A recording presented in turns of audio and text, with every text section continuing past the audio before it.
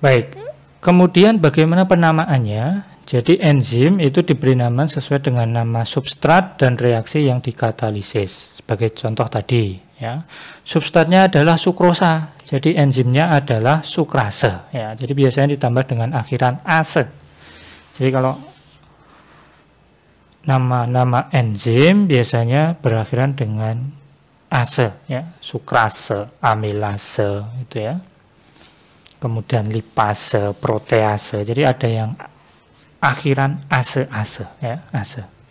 Kemudian secara umum enzim dibagi ke dalam 7, ya. Ingat baik-baik, nanti kalau keluar ujian, ya, dibagi menjadi ke dalam 7 golongan besar. Ya, mau nggak mau ini harus kalian hafalkan, ya. Jadi yang pertama adalah oksidoreduktase, ya. Yang kedua adalah transferase, yang ketiga adalah hidrolase, yang keempat adalah liase, yang kelima isomerase, keenam ligase. Ingat, beda ya, liase dengan ligase itu beda. Kemudian yang terakhir adalah polimerase, ya, polimerase. Tidak terasa udah hampir 20 menit ya, padahal kita kuliah hanya sekitar 45 menit. Ini slide terakhir ya.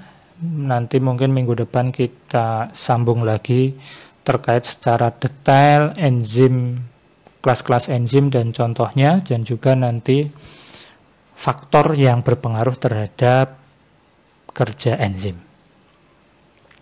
Baik, oksidoreduktase itu intinya adalah memisahkan dan menambahkan elektron atau hidrogen. Ya, jadi yang namanya enzim itu kan kerjanya sangat spesifik, ya, by order, jadi khusus, ya. Sebagai contoh oksidoreduktase, jadi ini kaitannya dengan oksidasi dan reduksi, jadi terkait dengan elektron, hidrogen, gitu ya. Jadi akhirnya prinsip kerjanya itu adalah memisahkan dan menambahkan elektron atau hidrogen. Kemudian yang kedua transferase, ya. Jadi cara memahaminya adalah kalian lihat saja penamaan dari enzimnya, ya, kelas enzimnya. Transfer itu kan pengubahan, transfer, ya. Dalam bola itu kan transfer pemain itu kan artinya memindahkan, ya. Jadi transferase itu apa? Memindahkan gugus senyawa kimia. Jadi enzim transferase ini fungsinya adalah memindahkan, ya, senyawa kimia dari tempat satu ke tempat yang lain. Ya. Kemudian berikutnya hidrolase. Ingat, hidro itu kan air, ya. Hidro itu air, jadi enzim ini kaitannya dengan air, memutuskan ikatan kimia dengan penambahan air, ya. Jadi fungsinya adalah memutus ikatan kimia dengan bantuan air, ya. Substratnya adalah salah satunya air, ya, hidrolase. Kemudian liase, ya, liase itu membentuk ikatan rangkap dengan melepaskan satu gugus kimia. Intinya adalah liase itu adalah membentuk ikatan rangkap, ya, dengan melepaskan satu gugus kimia. Kemudian isomerase, ya, kalau kalian masih ingat, ya, materi terkait dengan kimia dasar, gitu ya, isomer, jadi nanti mengkatalisir perubahan, membantu mempercepat reaksi perubahan gugus isomer, ya, dari cis ke trans ke cis dan sebagainya. Kemudian ligase atau sintetase, ya, sintesis, ya, sintesis itu kan proses pembentukan, ya, atau pembuatan. Maka dari itu ligase atau sintetase ini adalah menggabungkan dua molekul yang disertai hidrolisis ATP. Jadi dia berguna untuk menggabungkan dua molekul. Kemudian yang terakhir untuk materi hari ini adalah polimerase, polimer. Nah, masih ingat ya mata kuliah pangan dan gizi, ya, terkait dengan karbohidrat kita telah belajar PATI, ya, polimer, monopolimer, homopolimer dan sebagainya, polimer pati dan sebagainya. Polimerase itu digunakan ya menggabungkan monomer-monomer sehingga terbentuk polimer. Ya, mirip dengan ketika kita bicara monosakarida ya atau gula-gula sederhana dalam karbohidrat menjadi polisakarida ya, misalkan semacam itu. Tapi di sini polimerase ya, ini nanti contohnya adalah terkait dengan DNA polimerase, RNA polimerase seperti apa itu. Baik, yang pertama adalah kelas oksidoreduktase. Dari namanya, enzim ini mengkatalisis reaksi oksidasi dan reduksi. Ya. Jadi kaitannya dengan pemindahan elektron, hidrogen, atau oksigen.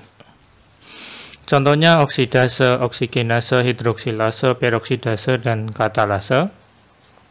Sebagai contoh oksidase, dia nanti akan memindahkan 2 elektron dari donor ke oksigen, biasanya menyebabkan pembentukan peroksida hidrogen. Yang kedua adalah kelas transferase. Ya, dari namanya transfer ya, dia mengkatalisis ya, atau mempercepat pemindahan gugus molekul dari suatu molekul ke molekul yang lain. Ya.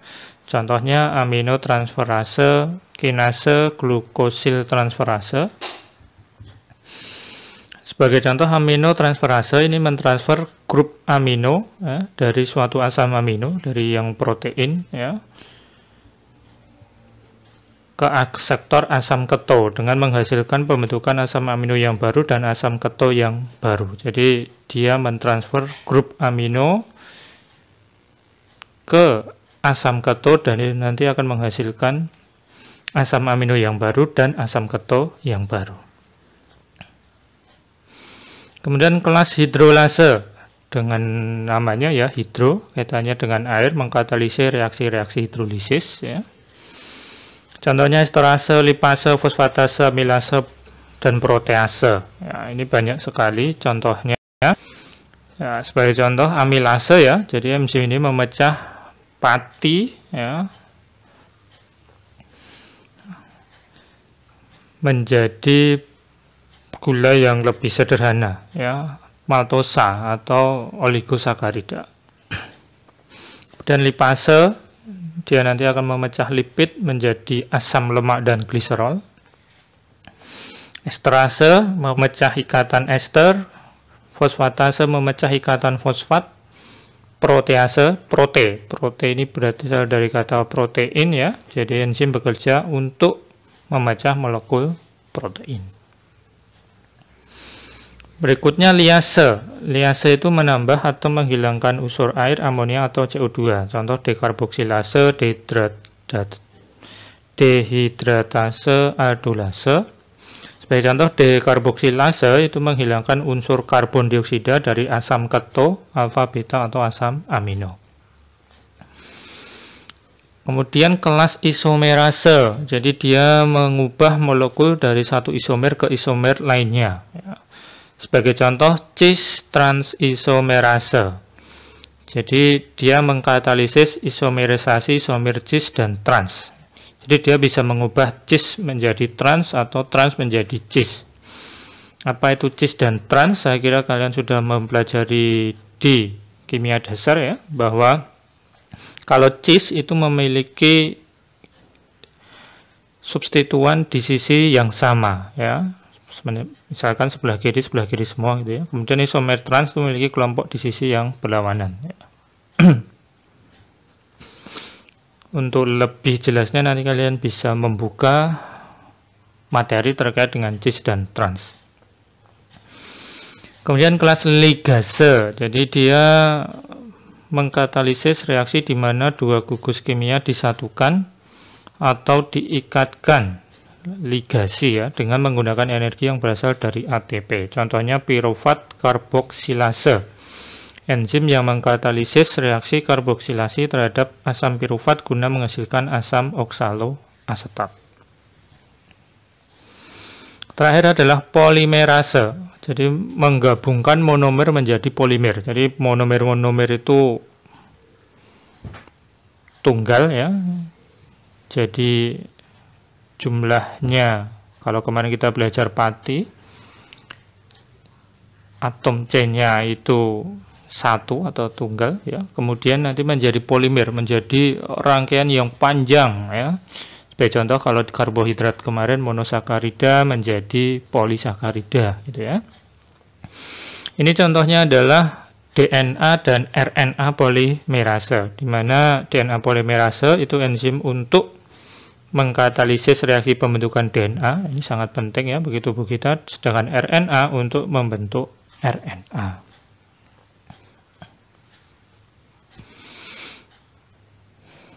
Baik, berikutnya faktor-faktor apa saja yang mempengaruhi kerja sebuah enzim? Ada berbagai macam faktor ya, ada 5 faktor dan nanti akan kita bahas satu persatu. Di mana faktor yang pertama itu adalah suhu ya, kemudian nanti pH, produk hasil akhirnya ya, kemudian konsentrasi enzim dan substrat, dan zat penghambat atau inhibitor. Baik, kita mulai satu persatu dari suhu ya. Jadi enzim itu bekerja pada suhu yang optimal ya. Berapa suhu optimalnya? Suhu optimalnya mirip dengan suhu tubuh manusia ya, sekitar 35 sampai 40 derajat Celcius. Ini pada umumnya bekerja pada suhu 35 sampai 40 derajat Celcius. Ketika enzim itu dikondisikan di bawah atau di atas suhu optimalnya, maka akan mengalami gangguan ya. Sebagai contoh, kalau misalkan di atas suhu optimalnya, kalian masih ingat bahwa enzim itu salah satu jenis protein ya, dia nanti akan mengalami denaturasi, mengubah bentuk, struktur, dan fungsinya. Tetapi kalau di bawah suhu optimal ya, sebagai contoh 0 derajat Celcius atau titik beku, enzim itu inaktif ya. Inaktif itu artinya tidak rusak ya, tetapi dia hanya tidak aktif. Nanti dia aktif ketika suhunya dikondisikan pada suhu yang optimal, dia nanti akan kembali bekerja. Ini menjadi prinsip ketika kita mempunyai enzim, bagaimana cara menyimpannya, yaitu disimpan pada suhu dingin atau di suhu beku gitu ya. Dan sebagian besar enzim tidak aktif pada suhu pemanasan ya. Jadi ketika dipanaskan sebagian besar ya, pada umumnya enzim itu tidak tahan ya. Tetapi memang ada jenis enzim ya yang bisa hidup di suhu agak ekstrim ya. Sebagai contoh, bakteri yang hidup di air panas itu dia memiliki enzim yang bekerja optimal pada suhu 70 derajat Celcius. Tapi ini hanya sebagian kecil ya. Rata-rata enzim optimalnya pada suhu 35 sampai 40 derajat Celcius. Ini sebagai gambar untuk lebih memperjelas bagaimana hubungan suhu dengan aktivitas enzim ya. Kalian bisa melihat ya, sekitar suhu 30-40 ada di titik puncak, tetapi ketika di bawah atau di atas suhu optimalnya, aktivitas enzim akan mengalami penurunan ya. Ya, sebenarnya enzim itu masih bisa bekerja ya, misalkan sekitar suhu 20, tetapi aktivitasnya tidak optimal ya, tidak optimal.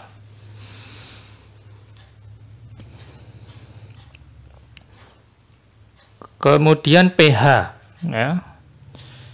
Seperti halnya suhu tadi ya, optimal pada suhu 35 sampai 40, rata-rata pada umumnya enzim itu optimal bekerjanya pada pH mendekati netral ya, sekitar 6 sampai 8. Dan jika di atas atau di bawah itu pada umumnya akan mengalami gangguan. Tetapi memang ada beberapa enzim yang dia lebih optimal itu pada pH rendah ya, atau asam, sebagai contoh pepsin gitu ya. Ini optimal sekitar 2 atau 3 pH-nya. Kemudian tripsin itu pH basah ya, sekitar 10-11 gitu ya. Tapi memang sebagian besar itu mendekati pH netral ya, seperti amilase itu pH 6-8. Berikutnya adalah hasil akhir atau produk ya. Maksudnya adalah jika sel tersebut menghasilkan produk yang lebih banyak ya, jadi hasilnya itu over, maka produk yang berlebih tadi menghambat kerja enzim. Kalian bisa bayangkan ya, sebuah perusahaan seperti masa COVID ini ya, banyak mungkin produknya tidak bisa terjual ke pasar gitu ya, karena berbagai macam kendala, akhirnya menumpuk di gudang. Itu nanti juga akan mengakibatkan gangguan dalam proses produksinya. Begitu juga dengan enzim. Jika produk yang dihasilkannya itu terlalu banyak, nanti akan menghambat kerja enzim. Proses ini kita sebut sebagai ini, feedback inhibitor ya. Jadi aktivitas enzim akan berkurang ketika produk yang dihasilkan itu berlebih ya. Kemudian konsentrasi enzim. Jadi kalau misalkan enzim yang kita gunakan itu jumlahnya lebih sedikit daripada substrat, maka kalau kita tambahkan enzim kembali, ya, konsentrasinya kita tambah, maka dia akan bisa meningkatkan laju reaksi. Ya. Tetapi memang laju reaksi ini terjadi secara linear, ya, secara linear. Jadi jika konsentrasi enzim dan substrat sudah seimbang, maka dia akan relatif konstan, semacam ini. Ya. Jadi nanti ketika substrat dan enzim itu ditambah konsentrasinya, dia akan meningkat, tetapi nanti ketika sudah mencapai titik jenuh,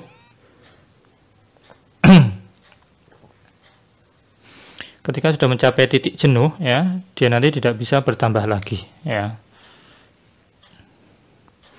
Jadi kalian bisa melihat ya, ketika konsentrasi enzim itu ditambah, dia nanti akan meningkatkan laju reaksi, tetapi ketika mulai sudah mencapai titik jenuh, ya, maka aktivitasnya tidak bisa naik lagi, alias tetap konstan terus. Ya.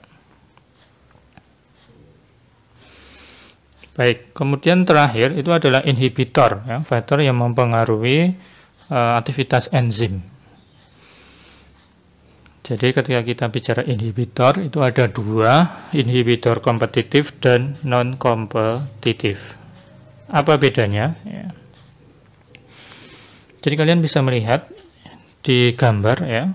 Jadi seperti yang kemarin saya sampaikan bahwa kerja dari enzim itu seperti lock and key dan induce fit gitu ya.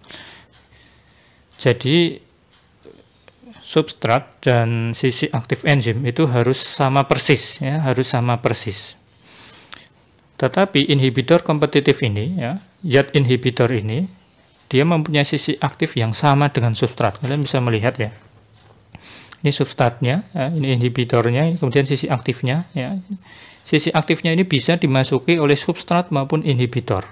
Jadi ketika inhibitor yang masuk ya, karena pasti akan terjadi kompetisi antara substrat dan inhibitor, maka enzim tidak bisa kontak dengan substrat ya. Jadi kalau misalkan tidak ada inhibitor, nanti dia akan kontak dengan substrat dan menghasilkan produk. Tapi karena ada inhibitor, tidak ada produk yang dihasilkan ya. Jelas ya. Ini untuk kompetitif. Sementara itu kalau non kompetitif, kalian bisa melihat perbedaannya, di mana enzim tersebut ada dua sisi. Pertama, sisi aktif yang nanti akan dimasuki oleh substrat, dan sisi inhibitor. Ya.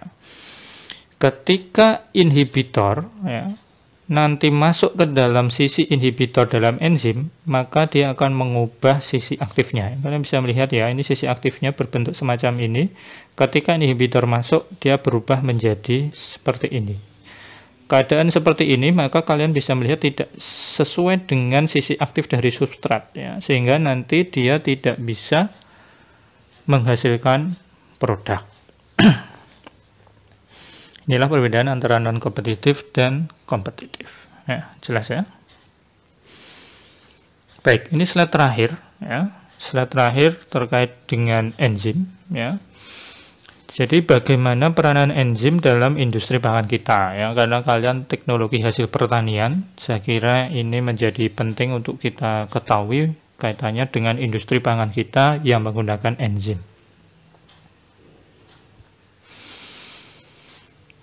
Jadi ini hanya beberapa contoh, padahal masih banyak sekali contoh yang ada di sekitar kita.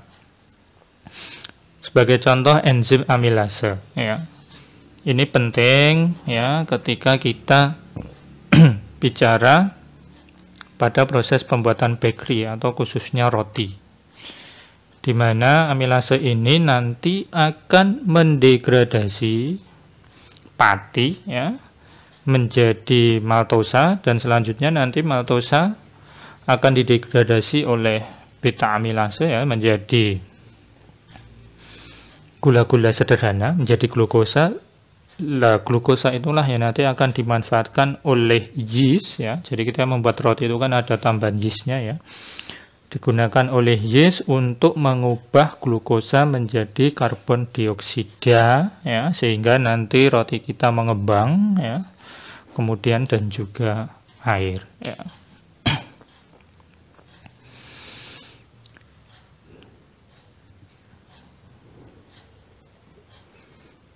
Kemudian berikutnya, enzim yang digunakan dalam industri pangan lainnya adalah amilase dan glukoamilase. Jadi kalau kalian pernah dengar HFCS, ya, high fructose corn syrup atau sirup jagung tinggi fruktosa, itu salah satunya adalah menggunakan enzim ini, ya. Jadi kita mengubah pati menjadi glukosa, ya. Jadi pati kita potong, ya, menjadi oligosakarida, kemudian dipotong lagi menjadi monosakarida, ya, glukosa dan fruktosa dan lain sebagainya. Dan nanti dari monosakarida itu nanti akan bisa menjadi gula cair, ya, menjadi gula cair. Kemudian berikutnya itu adalah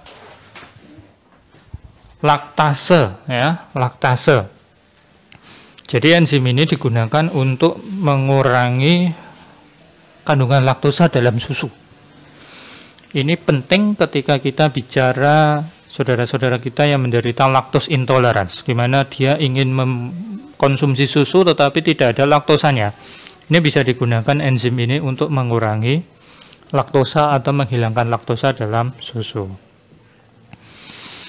Kemudian dalam industri jus, ya, minuman, digunakan untuk menjernihkan supaya tampilannya menarik, ya, tidak keruh. Itu biasanya menggunakan pektin metil esterase dan poligalakturonase. Mekanismenya di mana dua enzim ini nanti dia akan mendegradasi pektin. Jadi pektin itu biasanya larut dalam air dan itu biasanya membuat salah satu faktor membuat keruh dalam pembuatan jus. Sehingga dengan enzim ini dia nanti akan mendegradasi pektin sehingga nanti dia bisa mengendap, ya, mengendap dan nanti bisa kita pisahkan sehingga nanti minuman yang kita konsumsi, jus yang kita konsumsi itu menjadi lebih jernih. Kemudian enzim contoh protease yang mendegradasi protein itu adalah papain dan bromelin, ya. Papain itu dari pepaya, ya, daun pepaya, ya, dan bromelin itu dari nanas. Ini dua-duanya biasanya lazim digunakan dalam industri pengempukan daging, ya. Kenapa dia bisa mengempukkan daging? Karena enzim ini nanti akan mendegradasi protein atau jaringan-jaringan otot dalam daging sehingga nanti daging menjadi lebih empuk dan lebih lunak. Terakhir adalah enzim renin, ya. Biasa di ekstrak dari lambung anak sapi ya, itu digunakan untuk membuat keju. Jadi digunakan untuk menggumpalkan dari protein dalam susu, sehingga nanti bisa dibuat gumpalan ya, sehingga nanti bisa kita buat keju dan bisa kita nikmati sehari-hari. Baik, itulah materi enzim kita ya, mulai dari definisi, kemudian sifat, struktur, kemudian cara kerja, kemudian klasifikasi, faktor-faktor yang berpengaruh, dan terakhir adalah contoh-contoh penggunaan enzim dalam industri pangan. Semoga apa yang saya sampaikan bermanfaat bagi kalian ya. Sebelumnya, karena tadi sudah kita buka dengan berdoa, mari kita tutup dengan berdoa. Semoga ilmu yang kalian dapatkan bermanfaat ya. Berdoa menurut agama dan kepercayaan masing-masing dipersilahkan. Selesai. Kalau benar berasal dari Allah pemilik segala ilmu, kalau salah berasal dari saya pribadi. Billahi taufik wal hidayah. Wassalamualaikum warahmatullahi wabarakatuh. Selamat siang.